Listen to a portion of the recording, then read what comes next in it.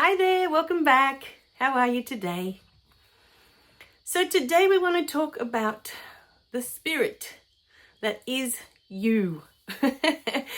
I mainly wanted to talk about how we place our spirit guides and spiritual beings on this planet like they're up on a pedestal, like they're higher than us, like they're above us somehow. That somehow we are less than our spirit guides. We are less than these beautiful spiritual beings that are here on earth. Less than God. Less than Jesus. So in this beautiful video, what I wanted to touch on is to remind you of the beautiful spirit that you are.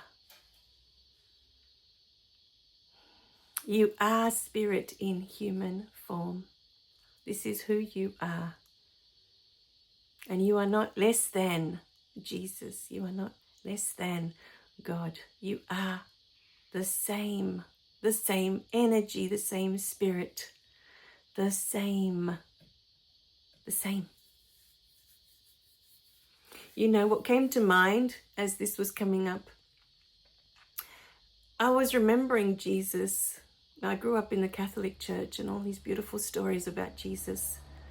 He didn't sit there and say, okay, I'm going to call a meeting and I'm just going to invite a few elite people to this meeting and I'm only going to speak to them. I don't ever remember hearing that story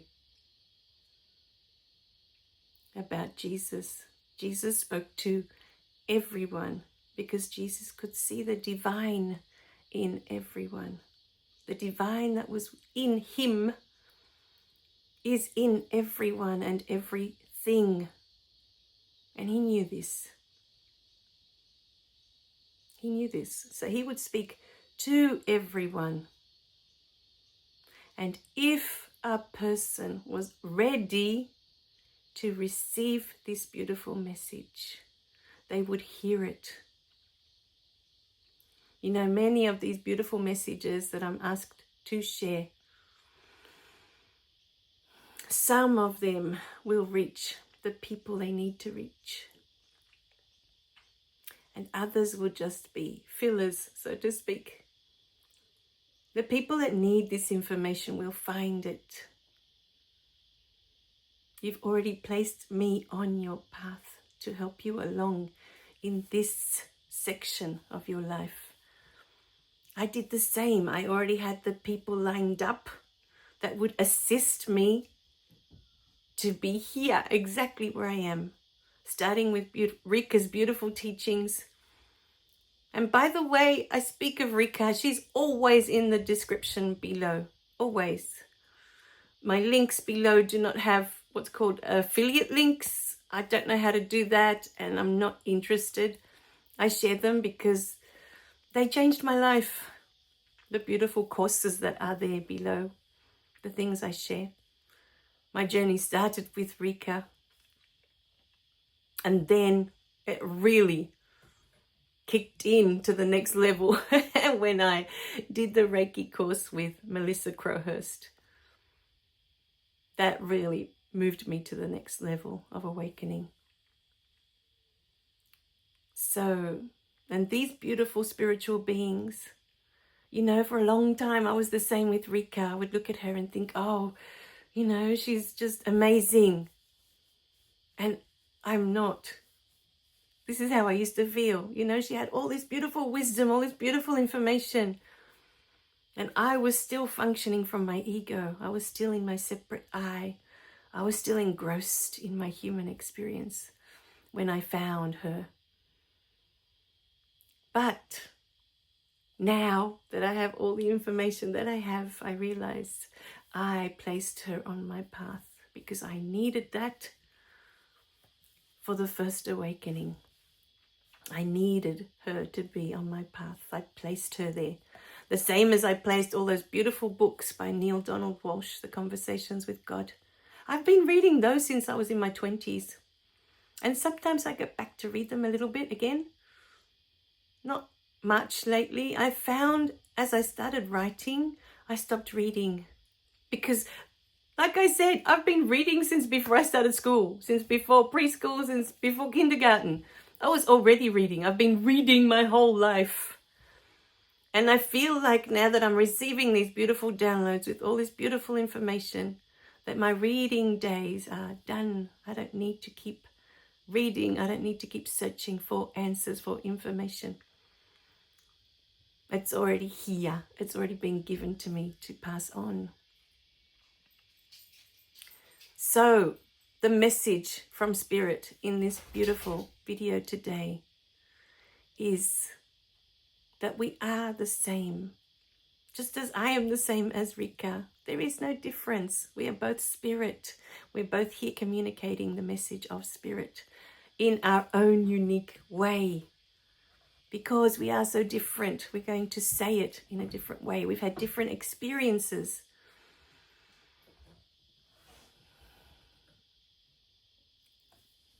So perhaps, you relate to my experiences and not to hers, or perhaps you relate to hers and not to mine. And that's not what matters. What matters is that if this information is for you, if you placed me here at this time in your life for this information, and you are ready for it, you are the one that placed me here. It is all Spirit.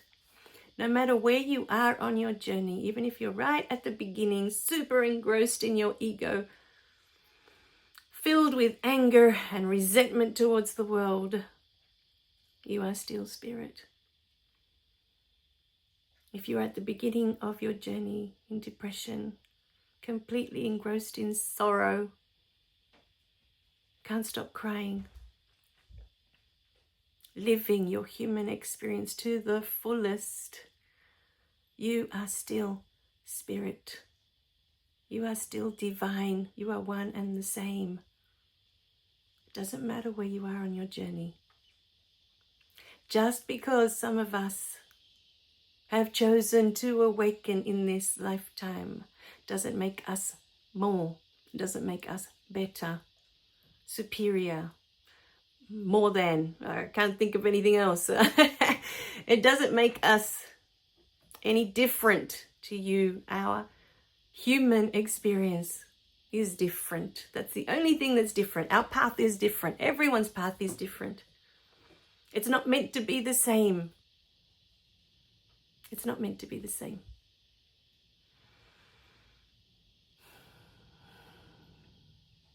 So love where you are on your journey and know within your heart that it's exactly where you are meant to be. Exactly where you're meant to be. No matter what that looks like around you. It doesn't matter. This is where you are meant to be. Lately, I don't know why, I feel really drawn to looking for my Bible and reading again and finding all the beautiful wisdom, because there's two quotes that keep popping up. Do unto others as you'd have them do unto you. And the information I keep getting with that is that what we do for others, we do for ourselves, because it is all Spirit. It is all Spirit. There is nothing else but Spirit. So if I'm Spirit and you're Spirit, and I give you this beautiful information for free, that you may use it as it fits your path, as it fits your journey, however it benefits you. I'm serving myself in serving you.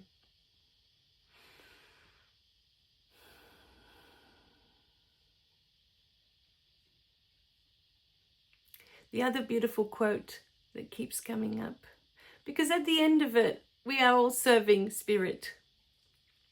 Every experience that every one of us is having here, this is how I interpret it. You may look at it very differently. But the way I look at it is that, okay, it's all Spirit. So when I'm serving you, I'm serving spirit. I am spirit. But every one of us here is here to have an experience, to gain knowledge, to gain wisdom. And at the end of the day, when we are done, spirit, God, the universe, whatever you want to call it, gains that wisdom, gains that knowledge, because we are connected. It's like God is the mainframe, if you like, of the computer, and we are all connected to that mainframe. So all the information that we gather in our lifetime, all this beautiful wisdom, is gained by Source, by God, by the universe. So when we help others, we help them on their path. We assist.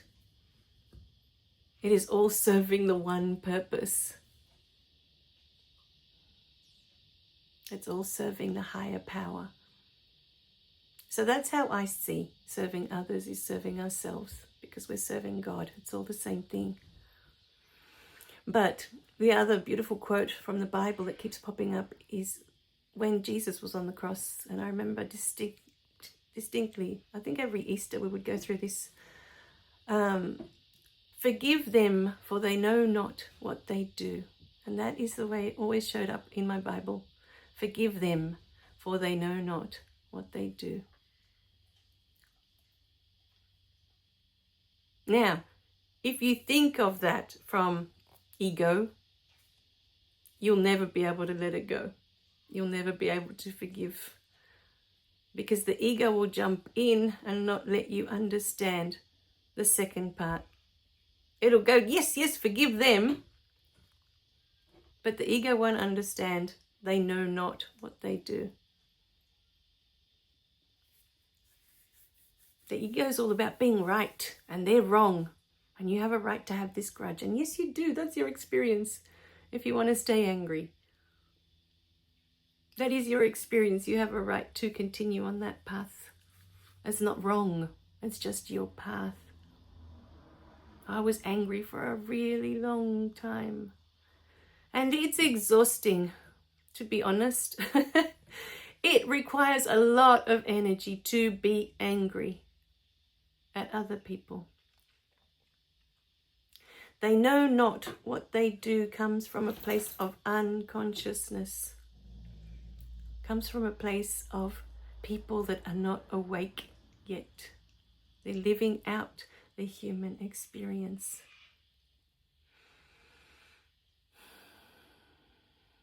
So the beautiful information that came out in our live stream yesterday, I'm trying to think what day it was, yesterday, seems like a lifetime ago, was that, the first step that you can take towards making amends with someone that you've hurt unconsciously when you were in your human experience and you didn't realize that your words and your actions were going to hurt this person while you were living out your human experience. You can say that you're sorry. You can make amends to that person. And perhaps in that moment, they are able to release that. Then you can both let it go out of your systems and move forward into a space of love. Perhaps that is what they're waiting for. That is what they need to let that go. For you to say you're sorry. Now, I've had a few experiences in my human life where I have apologized. I have explained what I was going through and why I behaved that way. And I've said I was sorry. And it wasn't my intention to hurt them or to make them feel less or to make them feel unwanted. It was just what I was going through at the time. And like I said before, for a huge portion of my adult life, I was very angry, very resentful. And so we react, we behave from this anger. Everything comes from this energy of anger. Our words, our actions. So for me, every time I've apologized, it has never been accepted by the other person. my daughter, my husband, I'm not including my immediate family that I live with every day. We have a very different philosophy in my home, that we are here to make mistakes. We're human. And when we stuff up, we acknowledge, oh, look, I stuffed up. I'm sorry. You know, I didn't mean to say those things. I didn't mean to do those things. I didn't mean to, you know, hurt you in the process. We do that at home. Maybe because we've spent a whole lifetime where that just hasn't happened for us. You know, I've never seen that in my home growing up. No one's ever apologized. All they do is hold grudges and resentment. You know, they've never gone and apologized to any of my aunts and uncles, and vice versa. They just decide they're right and they're wrong, and they want to stand in that position. So I've never seen it growing up. And I know that for my husband with his dad it was the same. You know, there were so many things that he was angry about, and his dad never apologized. And so there's that anger, there's that resentment again, you know. And so life goes on, and you're just sitting there with that anger and that resentment that eats away at you. Because your life is about you. It's not about anything else. It's about you. It eats away at you. So once you've apologized, if that person does not want to accept that apology, that is their path. Allow them their experience. This is what those two beautiful words, let them, brought to light for me. Let them have that experience. Let them be angry. Let them have resentment. This is what they have chosen. They have chosen not to awaken. So let them continue on their path with their human experience. Let them be.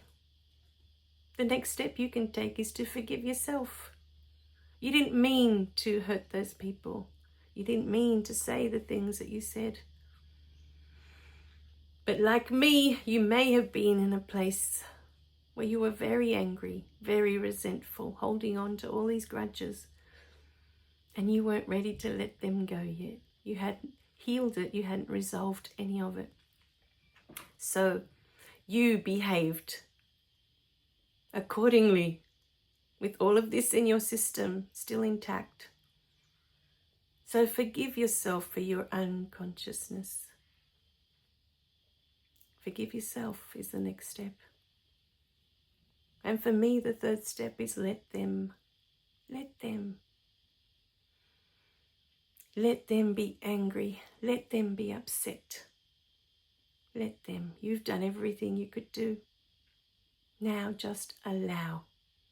And with that comes the fact that if we allow, if we are to be the unconditional love, there is no judgment. It's not right and it's not wrong. It's just their experience.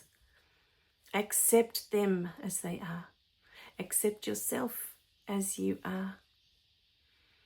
And going back to what we started with in this beautiful video, accept that you are the love and the light. You are no more than and no less than any other being here that is the love and the light. Even if they're asleep, even if they're sleepwalking, even if they're unconscious and they don't wake up in this lifetime, they are still the love and the light. They are still divine. And this is what Jesus walked around, and he could see it everywhere. He could see what that person was going through just by looking in their eyes. But at no point did he ever stop seeing the divine in that person. This is what it is to be awakened.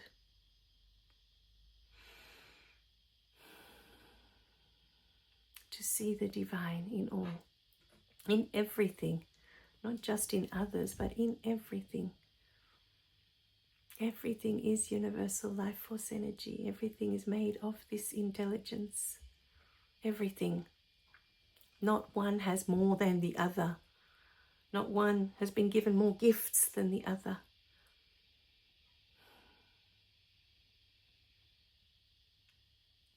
So we are the same.